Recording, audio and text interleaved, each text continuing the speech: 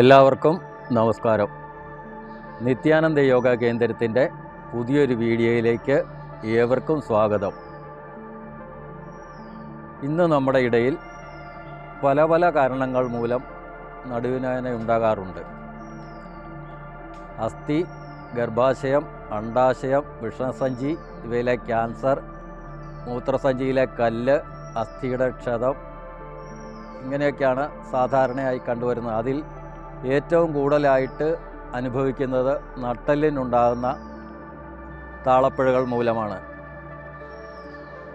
ഇതിനെയൊക്കെ പരിഹരിക്കാൻ സത്യാന്വേഷികളായ മുനിമാർ കണ്ടുപിടിച്ച യോഗമാർഗം ശീലിക്കുന്നത് നന്നായിരിക്കും. നടുവേദനയുമായി ബന്ധപ്പെട്ട് മൂന്നാമത്തെ ആഴ്ച പരിശീലിക്കേണ്ടവ എന്തെന്ന് നമുക്ക് നോക്കാം. വജ്രാസനം, അർദ്ധപവനമുക്താസനം, പൂർണ്ണ പവനമുക്താസനം, ചലന പവനമുക്താസനം, അനുലോമ വിലോമ പ്രാണായാമം എന്നിവയാണവ. ഇവയോരോന്നിലേക്കും നമുക്ക് വിശദമായി കടക്കാം. നമുക്ക് ആദ്യമായിട്ട് വജ്രാസനം ചെയ്യുന്നത് എങ്ങനെയെന്ന് കാണാം.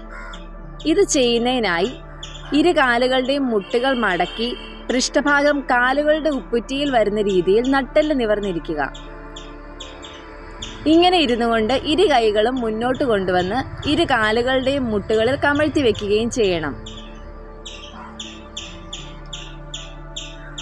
ഈ അവസ്ഥയിൽ ഇരുന്നു കൊണ്ട് ശ്വാസം എടുക്കുകയും വിടുകയും ചെയ്യാവുന്നതാണ്. ഇത് ചെയ്യുമ്പോൾ ശ്വാസോച്ഛ്വാസത്തിൽ മാത്രമായിരിക്കണം ശ്രദ്ധ കേന്ദ്രീകരിക്കേണ്ടത്.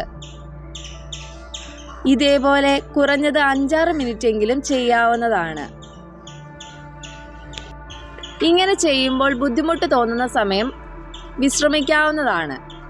അതിനുശേഷം ഈ രീതിയിൽ തന്നെ 2-3 തവണ കൂടി ആവർത്തിക്കുക. ഇപ്പോൾ നമ്മൾ ചെയ്ത രീതിയാണ് വജ്രാസനം എന്ന് പറയുന്നത്. ഇനി നമുക്ക് വിസ്തൃത പാദ വജ്രാസനം ചെയ്യുന്നത് എങ്ങനെയെന്ന് നോക്കാം. ഇത് ചെയ്യുന്നതിനായി നമ്മളിപ്പോൾ ഇരുന്ന അതേ രീതിയിൽ തന്നെ വജ്രാസനത്തിൽ വന്നിരിക്കുകയും അതിനുശേഷം ഇരു കാലുകളും അല്പം അകത്തി പൃഷ്ഠഭാഗം തറയിൽ പതിച്ചു വെക്കാൻ ശ്രമിക്കുകയും ചെയ്യുക. ഈ രീതിയിൽ നട്ടെല്ല് നിവർന്നിരുന്ന ശേഷം ഇരു കൈകളും കാൽമുട്ടുകളിൽ കൊണ്ടുവന്ന് കമഴ്ത്തി വെക്കുകയും ശ്വാസോച്ഛ്വാസം ചെയ്യാവുന്നതുമാണ്.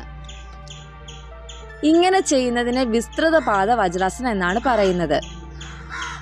ആദ്യം നമ്മൾ പറഞ്ഞ രീതിയിൽ 1-2 ആഴ്ച പരിശീലിച്ചതിന് ശേഷം മാത്രം ഈ പറഞ്ഞ രീതിയിലേക്ക് കടന്നാൽ മതിയാകും. ഭക്ഷണശേഷം പരിശീലിക്കാൻ പറ്റുന്ന ഒരു ആസനമാണ് വജ്രാസനം. നെഞ്ചിരിച്ചിൽ, പുളിച്ചുതികട്ടൽ, ഗ്യാസ് ട്രബിൾ അങ്ങനെയുള്ള ബുദ്ധിമുട്ടുകൾ അനുഭവിക്കുന്നവർ ഭക്ഷണശേഷം ഈ രീതിയിൽ 3-4 മിനിറ്റ് പരിശീലിച്ചാൽ ദഹനപ്രക്രിയകൾ ശരിയായ രീതിയിൽ നടക്കുന്നതിന് സാധിക്കുന്നതാണ്. ഇത് ചെയ്യുമ്പോൾ നട്ടെല്ല് നിവർന്നിരിക്കാൻ പ്രത്യേകം ശ്രദ്ധിക്കുക. ഇനി അടുത്തതായി അർദ്ധപവനമുക്താസനം ചെയ്യുന്നത് എങ്ങനെയെന്ന് നമുക്ക് നോക്കാം. ഇത് ചെയ്യുന്നതിനായി ഇരു കാലുകളും ചേർത്ത് വെച്ച് മലർന്നു കിടക്കുക. കൈകൾ രണ്ടും ശരീരത്തോട് ചേർത്ത് തറയിൽ കമഴ്ത്തിയും വെക്കേണ്ടതാണ്. ഇനി ശ്വാസം ഉള്ളിലേക്ക് എടുക്കുന്നതോടൊപ്പം വലതുകാലിൻ്റെ മുട്ട് മടക്കിക്കൊണ്ടുവരികയും ഇരു കൈകളും മുന്നോട്ട് കൊണ്ടുവന്ന് വലതുകാലിൻ്റെ മുട്ടിൽ കൈകൾ കൊണ്ട് കോർത്തു പിടിക്കുകയും ചെയ്യുക. ശ്വാസം പുറത്തേക്ക് വിടുമ്പോൾ തല ഉയർത്തിക്കൊണ്ടുവരികയും ഉയർന്നു വന്നിരിക്കുന്ന മുട്ടിൽ നെറ്റി മുട്ടിക്കാൻ ശ്രമിക്കുകയും ചെയ്യുക. ശ്വാസം ഉള്ളിലേക്ക് എടുക്കുമ്പോൾ തല താഴ്ത്തി തറയിൽ പതിച്ചും വെക്കേണ്ടതാണ്. ശ്വാസം ഉള്ളിലേക്ക് എടുത്തുകൊണ്ട് എത്രത്തോളം ഉയർന്നു വരാൻ സാധിക്കുമോ അത്രത്തോളം ചെയ്താൽ മതിയാകും. ഇനി ഇതേ രീതിയിൽ തന്നെ ഇടതുകാലിൻ്റെ മുട്ട് മടക്കിക്കൊണ്ട് വന്നും ചെയ്യേണ്ടതാണ്. അതായത് ശ്വാസം ഉള്ളിലേക്ക് എടുത്തുകൊണ്ട് ഇടതുകാലിൻ്റെ മുട്ട് മടക്കിക്കൊണ്ട് വരികയും ഇരു കൈകളും മുന്നോട്ട് കൊണ്ടുവന്ന് ഇടതുകാൽ മുട്ടിൽ കോർത്തു പിടിക്കുകയും ശ്വാസം പുറത്തേക്ക് വിടുമ്പോൾ തല ഉയർത്തിക്കൊണ്ട് വരികയും ഇടതുകാലിൻ്റെ മുട്ടിൽ നെറ്റി മുട്ടിക്കാൻ ശ്രമിക്കുകയും ചെയ്യേണ്ടതാണ്. വീണ്ടും ശ്വാസം ഉള്ളിലേക്ക് എടുക്കുമ്പോൾ തല താഴ്ത്തി തറയിൽ പതിച്ചു വെക്കുക. ഇത് ചെയ്യുമ്പോൾ ശ്വാസം പുറത്തേക്ക് വിട്ടുകൊണ്ട് തല ഉയർത്തിക്കൊണ്ട് വന്ന് നെറ്റി കാൽമുട്ടിൽ മുട്ടിക്കാൻ ശ്രമിക്കുകയും ശ്വാസം ഉള്ളിലേക്ക് എടുക്കുമ്പോൾ തല താഴ്ത്തി തറയിൽ പതിച്ചു വെക്കുകയുമാണ് ചെയ്യേണ്ടത്. തല ഉയർത്തിക്കൊണ്ട് എത്രത്തോളം ഉയർന്നു വരാൻ സാധിക്കുമോ അത്രത്തോളം ചെയ്താൽ മതിയാകും. ചിലർക്ക് നെറ്റ് കാൽമുട്ടിൽ മുട്ടിക്കാൻ പറ്റിയേക്കാം, ചിലർക്ക് മൂക്കായിരിക്കും പറ്റുന്നത്, ചിലർക്ക് ഇതൊന്നും പറ്റിയെന്ന് വരില്ല. അങ്ങനെയുള്ള ആളുകൾ ബുദ്ധിമുട്ടിയോ കഷ്ടപ്പെട്ടോ കാൽമുട്ടിൽ നെറ്റിയോ മൂക്കോ മുട്ടിക്കാൻ ശ്രമിക്കേണ്ട കാര്യമില്ല. ദിവസേനയുള്ള പരിശീലനത്തിലൂടെ ഈ ഒരു അവസ്ഥയിലേക്ക് എത്തിച്ചേരാൻ സാധിക്കുന്നതാണ്. ഇപ്പോൾ ഈ രീതിയിൽ ഇരു കാലുകളും മാറി മാറി 2-3 തവണ കൂടി ആവർത്തിക്കുക. ഇനി അടുത്തതായിട്ട് നമുക്ക് പൂർണ്ണ പവനമുക്താസനം ചെയ്യുന്നത് എങ്ങനെയെന്ന് നോക്കാം. ഇതിന് തൊട്ടു മുന്നേ ചെയ്തത് അർദ്ധപവനമുക്താസനമായിരുന്നു. അത് നമ്മൾ ചെയ്തപ്പോൾ ഓരോ കാലുകൾ ഉയർത്തിക്കൊണ്ട് വരികയും നെറ്റ് കാൽമുട്ടിൽ മുട്ടിക്കാൻ ശ്രമിക്കുകയുമായിരുന്നു ചെയ്തത്. ഇനി പൂർണ്ണ പവനമുക്താസനത്തിലേക്ക് നമുക്ക് കടക്കാം. ഇത് ചെയ്യുന്നതിനായി ശ്വാസം ഉള്ളിലേക്ക് എടുത്തുകൊണ്ട് ഇരു കാലുകളുടെയും മുട്ടുകൾ മടക്കിക്കൊണ്ട് വരികയും ഇരു കൈകളും കൊണ്ടുവന്ന് കാൽമുട്ടുകളിൽ കോർത്തു പിടിക്കുകയും ചെയ്യുക. ശ്വാസം പുറത്തേക്ക് വിട്ടുകൊണ്ട് തല ഉയർത്തിക്കൊണ്ടുവന്ന് നെറ്റ് കാൽമുട്ടുകളിൽ മുട്ടിക്കാൻ ശ്രമിക്കേണ്ടതാണ്. ശ്വാസം ഉള്ളിലേക്ക് എടുക്കുമ്പോൾ തല താഴ്ത്തിക്കൊണ്ടുവന്ന് തറയിൽ പതിച്ചു വെക്കുകയും ചെയ്യുക. വീണ്ടും ശ്വാസം പുറത്തേക്ക് വിടുമ്പോൾ തല ഉയർത്തിക്കൊണ്ടുവരികയും ഇരു കാലുകളുടെയും മുട്ടുകളിൽ നെറ്റ് മുട്ടിക്കാൻ ശ്രമിക്കുകയും ചെയ്യേണ്ടതാണ്. ഈ രീതിയിൽ 8-10 തവണ ആവർത്തിക്കുക. നമ്മൾ മുൻപേ പറഞ്ഞ രീതിയിൽ തന്നെ ശ്വാസം പുറത്തേക്ക് വിട്ടുകൊണ്ട് എത്രത്തോളം ഉയർന്നു വരാൻ സാധിക്കുമോ അത്രത്തോളം ചെയ്താൽ മതിയാകും. ശ്വാസം ഉള്ളിലേക്ക് എടുക്കുമ്പോൾ തല താഴ്ത്തി തറയിൽ പതിച്ചു വെക്കുകയുമാണ് ചെയ്യേണ്ടത്. ഈ രീതിയിലാണ് പൂർണ്ണ പവനമുക്താസനം പരിശീലിക്കുന്നത്. ഇനി അടുത്തതായിട്ട് നമുക്ക് ചലന പവനമുക്താസനം ചെയ്യുന്നത് എങ്ങനെയെന്ന് നോക്കാം. പൂർണ്ണ പവനമുക്താസനത്തിന്റെ തന്നെ മറ്റൊരു വകഭേദമാണ് ചലന പവനമുക്താസനം.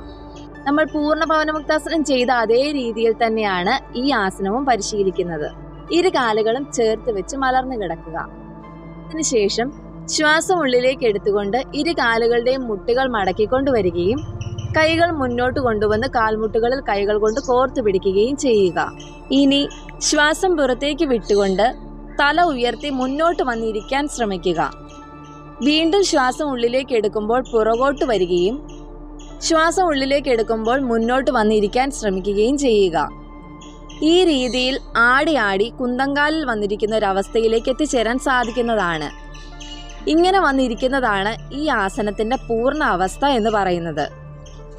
ഇതേ രീതിയിൽ 8-10 തവണ ആവർത്തിച്ച ശേഷം ബുദ്ധിമുട്ട് തോന്നുന്നവർക്ക് വിശ്രമിക്കാവുന്നതാണ്.